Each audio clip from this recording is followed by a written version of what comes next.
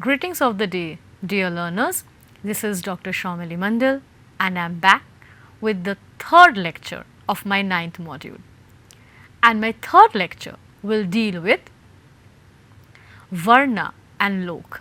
And here also I will be talking about specifying regions where this Varna or and the Lok system works.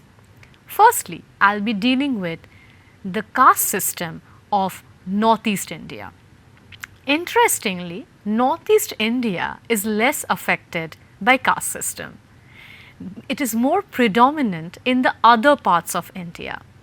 As you know, like in the Northeast, as I have discussed in the earlier lecture, that they are mostly tribes.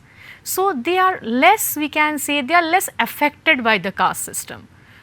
Whereas, the whole of India is more affected by the caste system. That is, you can say the difference between the system of Northeast India and the whole of India. The Northeast is dominated by tribal societies, and they are actually clan based, kinship based and community centric rather than the strict Varna system of the Hindu orthodoxy. In contrast to areas like North or South, they are also predominant in northeastern communities and areas, particularly in Assam and portions of Manipur and Tripura, especially among the plains people and those who are part of the larger Hindu community. In many instances, caste has shaped the evolution and division of folk culture, frequently along social roles, ceremonial status and occupation lines. Assamese Hindus and migrant groups are amongst the communities in Assam where caste systems are more obvious. Folk customs are frequently linked to particular caste or social roles. And here I have attached a photo of the Ojapali tradition, the Ojapali dance tradition, which is extremely predominant in the northeastern part of India. It is a type of ceremonial performance that includes narrative dancing, music, and it discusses about the story of goddess Manasa. You can see that the cult of goddess Manasa or the narrative revolving around goddess Manasa is very much prevalent, or you can say very much widely circulated in the northeastern part of India and also the eastern part of India. Why it is so? Because these part of India have mostly, the predominance we can say more of snakes, and there we have more cases of snake bites. So, people try to appease the goddess Manasa so that they are rarely bitten by the goddess, Vahanas, the snakes. Manasa, for example, are frequently connected to rural life and lower caste customs, illustrating the connection between caste and folk religion. The Jhumur dance is one of the distinctive folk forms that tribal communities who descended from workers recruited by the British from central India have evolved to express their marginalized status. Though not indigenous to Assam, they have formed a distinct cultural identity that is still seen as lower on the socio-economic ladder due to their caste and class background. There are types of social stratification that work similarly to caste, influencing social roles and folk customs. Even though the majority of tribal people in states like Nagaland, Mizoram, Arunachal Pradesh and Meghalaya do not adhere to the Hindu caste system. The caste system we have the Meitei Hindus in Manipur, including Brahmins, also known as Bamun, and various occupational castes. While both priestly and non-priestly groups have contributed to folk customs like Lai Harauba, other ceremonial practices are exclusive to specific caste or clans. Although there is no caste structure amongst the Nagas, access to ritual and ceremonial roles, including folk performances, is influenced by the historical background of the people. While Brahminical Hindu rituals were given higher cultural significance, folk religious traditions included ancestor worship, animism, and nature deities who were originally, we can say traditionally, branded as low or tribal by outsiders in many parts of the Northeast. Even in areas where caste is not recognized, the categorization frequently appears.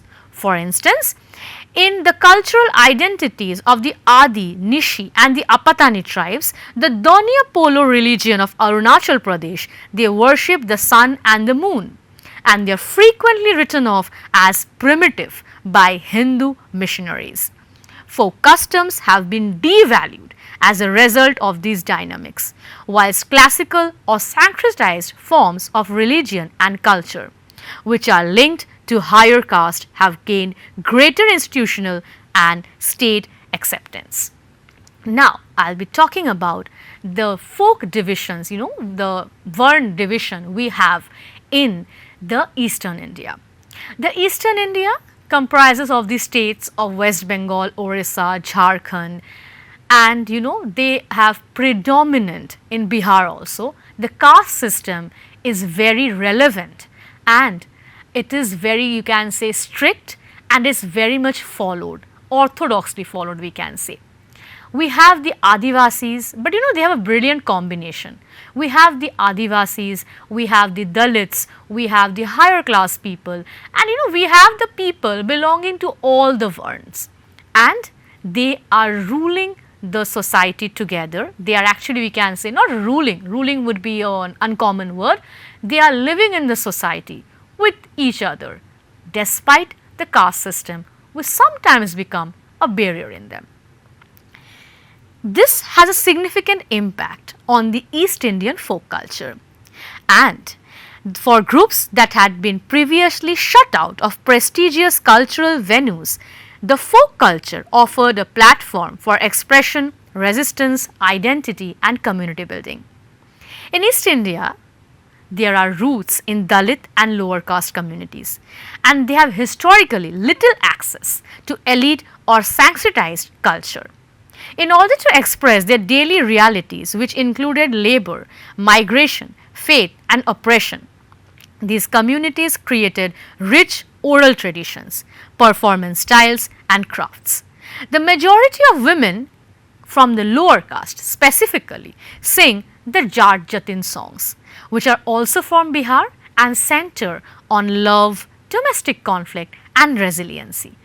I talked about the Bideshiya, right, in my earlier lecture, and this Bideshiya, Jat Jatin, they are kind of composed on similar framework. The longingness, the concept of love, pain, and also it is sung mostly by the lower class people.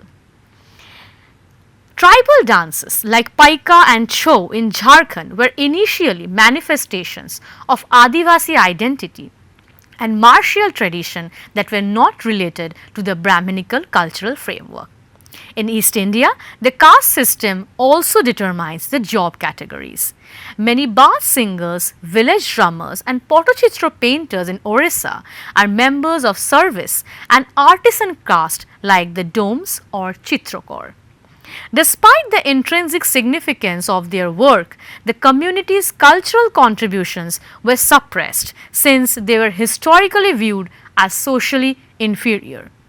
Known for their mystical anti-caste beliefs, West Bengal's Baul singers were primarily Muslims and members of lower caste. In addition to being a spiritual movement, their rejection of traditional religion and social order is a cultural uprising against caste conventions. We also have the Dom and the Dusat communities in Bihar and Bengal. They are considered to be untouchable. They have their own distinct songs and oral epics, but these are often overlooked or excluded from mainstream cultural events.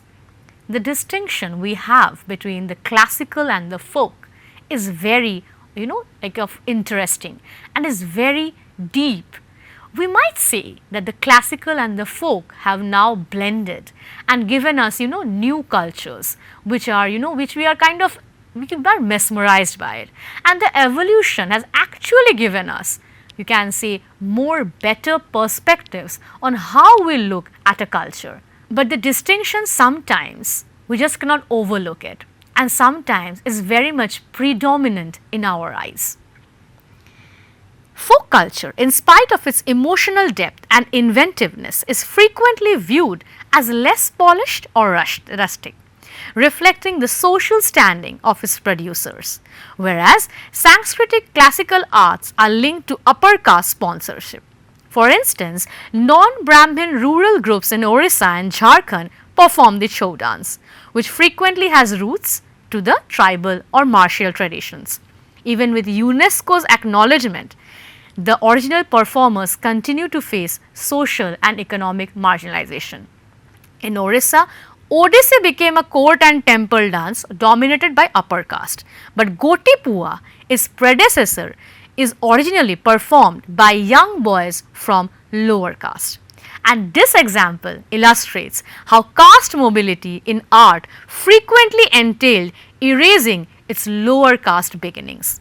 Even now, upper caste curators, NGOs or organizers in charge of funding, festival and documentation frequently appropriate folk customs developed by lower caste. While the original communities gain little credit or reward, these entities usually rename folk art for elite consumption, terror-tourism or education. Baul or tribal music, I talked about it earlier, is featured at numerous cultural festivals, and they are run by affluent people. And the upper caste Maithili Brahmins have claimed and dominated the Madhubani art, which originated amongst the Dalit women in Bihar. The Dalit version, also known as the Godna art, have had much less attention and economic significance. Next, I am going to talk about the North Indian aspect. In the North India, the caste system is closely linked to the folk culture, and we see it in the North Indian states. And the caste system is very much, an integral part of the North Indian scenario. The people are treated according to their caste, and also there is major caste differentiation in this area. Everything from music to dance to oral traditions to festivals is all based on the and has been impacted by the caste system. A strict social stratification and the traditional caste based employment responsibilities are frequently reflected in folk culture. For example, how ingrained caste system is in our country is we can see it in everyday life actually. We always expect, a person following the generational profession. For example, if a dome, who kind of burns the dead bodies in the cremation and in the ghats, the burning ghats, we expect that their coming generation will also be following the same footsteps, which is not necessary because education gives us the aspect, the perspective to know the world and to opt for other careers rather than following the generational work of burning and cremation in the burning huts. Music, storytelling and performance have long been connected to groups like the Bhats, Jogis and Nuts in Rajasthan and Uttar Pradesh. Frequently from lower or marginalized caste, these groups sang for higher caste, particularly during festivals or life cycle ceremonies. Artisans and craftsmen, we have the specific crafts such as pottery, by weaving, by julahas, often Muslim but historically part of the caste occupational system, and blacksmithing by lohars, who are deeply rooted in folk traditions but also reflect caste based specialization.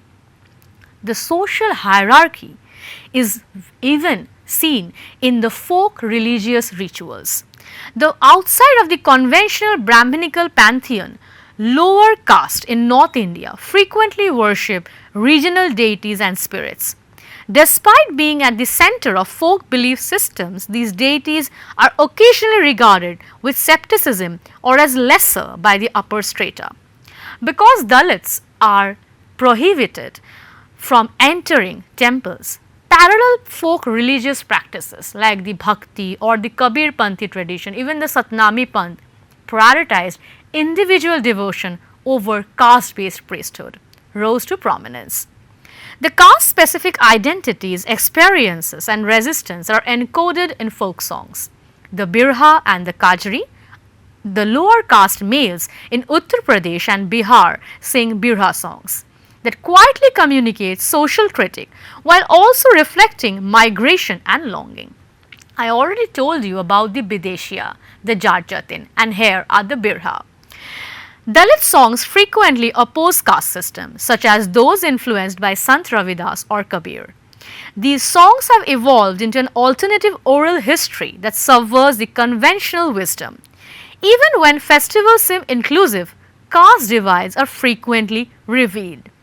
Although all castes in India, in northern India, celebrate Holi, the ways in which it is observed is very different and they vary frequently.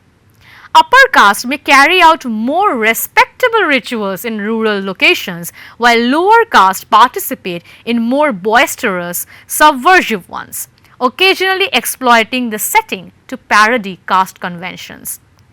The Chhat Puja we have, traditionally celebrated by backward caste in Bihar and eastern Uttar Pradesh, has gained broader acceptance today, but retains many folk elements like songs and rituals that originated outside Brahminical influence. Performance spaces has also historically mirrored caste roles. The Nautanki and the Swang, the folk theatre forms popular in Uttar Pradesh and Haryana respectively, often had performers from lower caste. The themes might involve caste critiques or retellings of epics from perspectives of marginalized groups. We also have the Bhojpuri cinema and the culture, which in contemporary expressions, the caste influences represent the masculinity, honor and social status.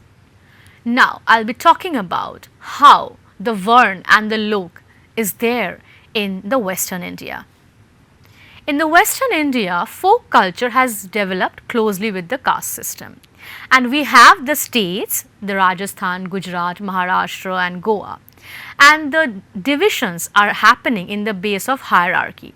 The labor division, the class division, the resource access and even styles of expression are all reflected in it. In Rajasthan, we have the Muslim group known as Rajasthan Manganiyars and Langas who have performed for the Rajput clients. Despite their Muslim belief, they have a caste-like position in the folk culture framework, which is characterized by patron-client relationship and inherited employment. Although their performances include devotional songs called the Mand and the Panihari, they are essential to the folk culture of Rajasthan, also known as Bhopa Bhopi, who are frequently from lower caste like the Nai or the Veal, use painted scrolls to recite heroic epics like Pabuji Ki Faar. The instance of Pabuji Ki Faar, we see it in every customs we have, in every folk customs we have, the folk practices we have. Folk song is the folk music, the folk theatre, the folk performances, everywhere we have Pabuji Ki Faar. It's like, the artisans come, they have a scroll, they kind of enact it through songs, through performances, basically theatre based, through dances, and then they kind of entertain the audience. The Pabuji Ki Faar is a very important asset in Rajasthan. Their caste keeps them from holding official positions in popular temple rites despite the fact that they are essential to folk religious traditions. The Adivasi group engage in Garba and Tippani folk dances, which were previously forbidden in upper caste in Gujarat. Their unique musical styles and histories combine caste and tribal oppression. The groups were originally classified as criminal tribes during colonial rule and were marginalized within the caste system. Their rich but socially stigmatized folk rituals includes possession dance and devotion to fierce goddesses. While open to all castes, the Maharashtra Warkari movement found great appeal among the lower caste and used folk forms like abhangs, the devotional songs, to communicate bhakti ideals. Saints like Tukaram and Chokhamela, a Dalit saint, became central figure in expressing caste protest through devotional folk culture. Mostly from Mali, Teli or Gondhali castes, these ritual baths invoke goddesses like Bhavani and Renuka during life cycle ceremonies, particularly among the Marathas. And in Rajasthan, we have the stories of Tejaji, I told earlier, Pabuji and Devnarayan, which are told by semi-divine heroes who frequently defend animals and lower caste. The ballads sung by bhatts or charans frequently draw attention to conflicts between folk justice and caste conventions. The Dalit oral traditions in Maharashtra, through folk songs that retell Hindu mythology, they form a part of the subaltern point of view and they criticize upper caste domination. Dalit communities in Maharashtra also have counter narratives. The Shahiri Jalsa is a type of protest performance that challenges caste inequality with scathing lyrics and dholki beats. Although Garba has become popular, its roots are in the agricultural and Shakti based customs of the peasant and the pastoral classes. Brahmins and merchants later Sanskritized the form and imposed the refined style. A dance performed by the Dhangar caste. Who are the Dhangars? The Dhangars are the shepherd caste in Maharashtra, especially in their praise of their deity Biruba, reflects both their occupation and their caste identity. The folk culture includes unique clothing, music and rhythms tied to their semi-nomadic lifestyle. Many upper caste landlords historically patronized folk performances from lower caste. While this allowed the survival of rich tradition, it also reinforced dependency and caste hierarchy. Folk forms such as tamasha in Maharashtra, involving lavani dance and satire, are often performed by lower caste women, sometimes stigmatized as morally loose due to their caste and profession, even though they are central to the region's cultural identity. Now, I'll come to the area of the central India. In central India, similarly, like the northern India or the western India, the caste system is connected to the folk culture of the region. I have attached a photo, if you can see, of a tribe who kind of still lives in the tents, and the surrounding you can see in the photo is not what we think of, right? In what we can live actually, okay? But they are accustomed to live in it. They live in those conditions, they thrive in those areas, and they have their daily share of life. As I said, we cannot imagine living life in such conditions, but this is the reality we can say, and this is how most of the tribes, or you can say the people of the lower caste, still live in India. Caste is a byproduct of long-standing social stratification and has historically influenced who plays what cultural roles, particularly in artisan work, storytelling, dance, music and rituals. In this sense, caste-based roles and identities are both reflected in and maintained by folk culture. Traditionally, caste dictates occupation, and the daily activities and labor of particular caste gave rise to numerous folk traditions, the Gond and the Baiga, and they belong to the scheduled tribes of this area. Their songs about nature, spirits and ancestors, as well as dances like Karma and Shaila, are essential to communal life. These are not only works of art, they are also social and spiritual duties carried out during festivals or agricultural cycles. Hereditary storytellers and musicians are members of the bardic caste such as the Dholi and the Bhatts. Members of lower or marginalized castes such as the Satnami or the Chamar groups are primarily responsible for performing the Pandavani tradition of Chhattisgarh. Though, as I have said, that the lower caste, they perform the Pandavani tradition, But there is one woman who has kind of, we can say, made Pandavani famous, and that is Tijanbai. And I have discussed in my earlier lectures about Tijan Bai how she used her own resources, that is the folk songs, the Pandavani, and she reclaimed the world.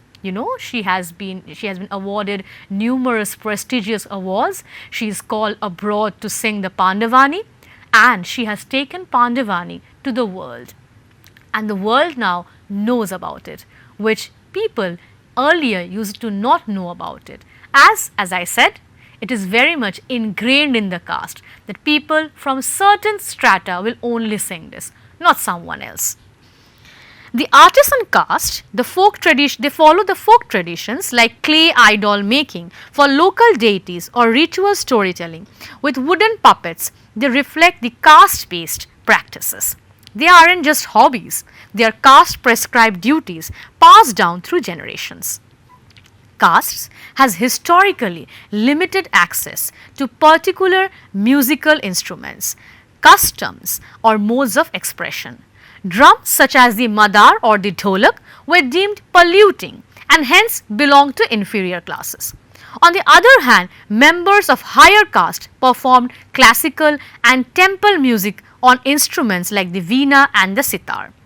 Temple arts versus the village arts we have, the lower caste communities created folk religious acts like nach or bhajan mandlis that were not allowed in temple settings. Because why? The Brahmins were performing the traditional Sanskritized, rituals. The joyous complaints and resistance of oppressed communities are frequently expressed in folk songs. The songs of labor and resistance, and in the rural areas, the lower caste women perform the most. Using traditional idioms, movements such as those led by Kabir or Raidas, whose verses are still sung in Madhya Pradesh and Chhattisgarh, fought against caste injustice. The distinctions between religion and folk culture are blurred by the continuation of these customs as communal bhajan meetings. Certain ceremonial performances are guarded by particular caste. For example, the Gonds have the Devar worship. Certain families or subcaste are entitled to perform rituals for their ancestor spirit. The caste endogamy and division are reinforced by these customs which are passed down through the paternal line. There are also caste-based roles in healing.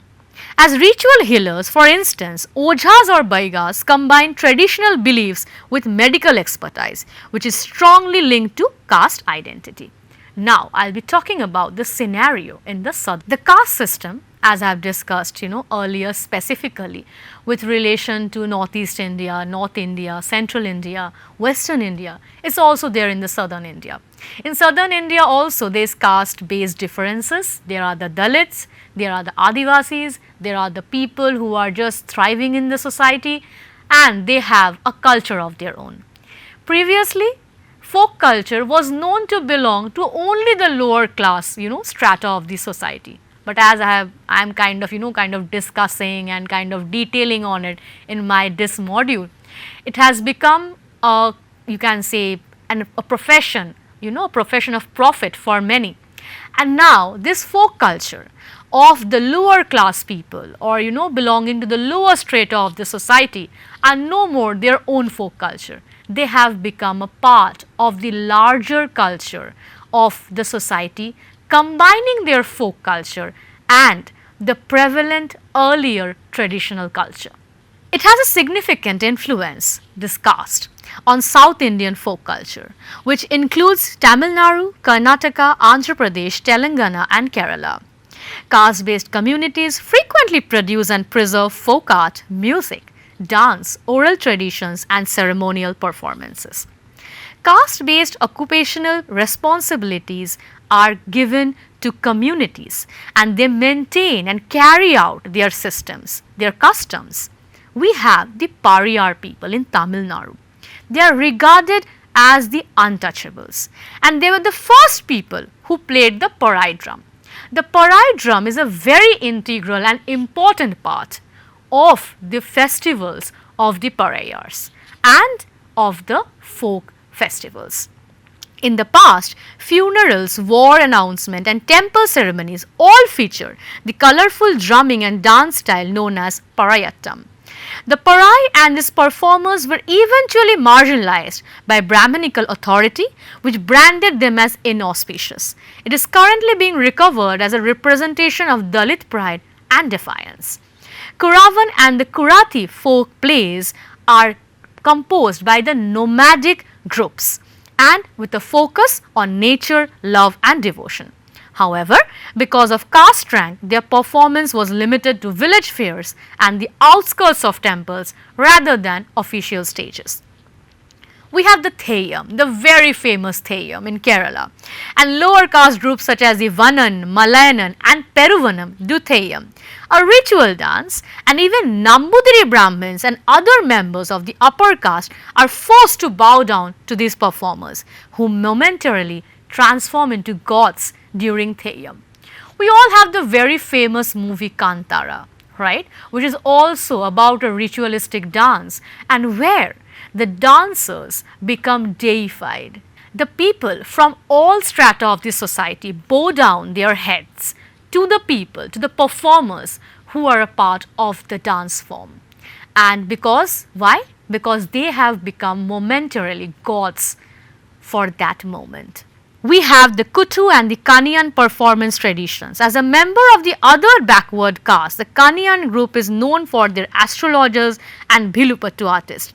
Their exclusion from temple priesthood and frequent performances during temple festivals underscore caste-based access to places of worship. The subaltern voice is frequently heard in folk songs which describe experiences with spirituality, labor and prejudice based on caste. The Madiga and the Malla groups in Andhra Pradesh have created their own renditions of bhakti songs, frequently centered around anti-caste saints such as Sankara Dashu, Potuliri Veerabrahmam or Sammaka Sarakka.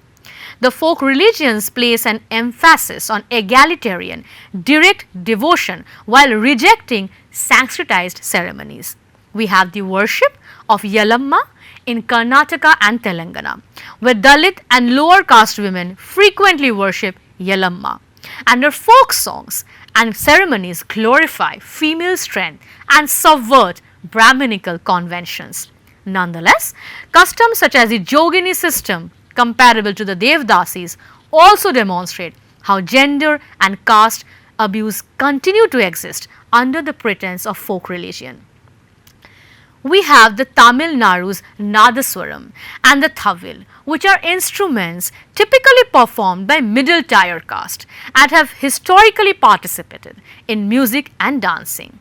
And also, they are important and crucial for temple celebrations.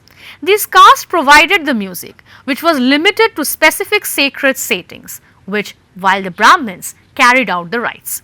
Women from the Isai Vellalar caste perform the Devadasi and the Sadir dance, which is a precursor to Bharatnatyam and an essential part of temple devotion.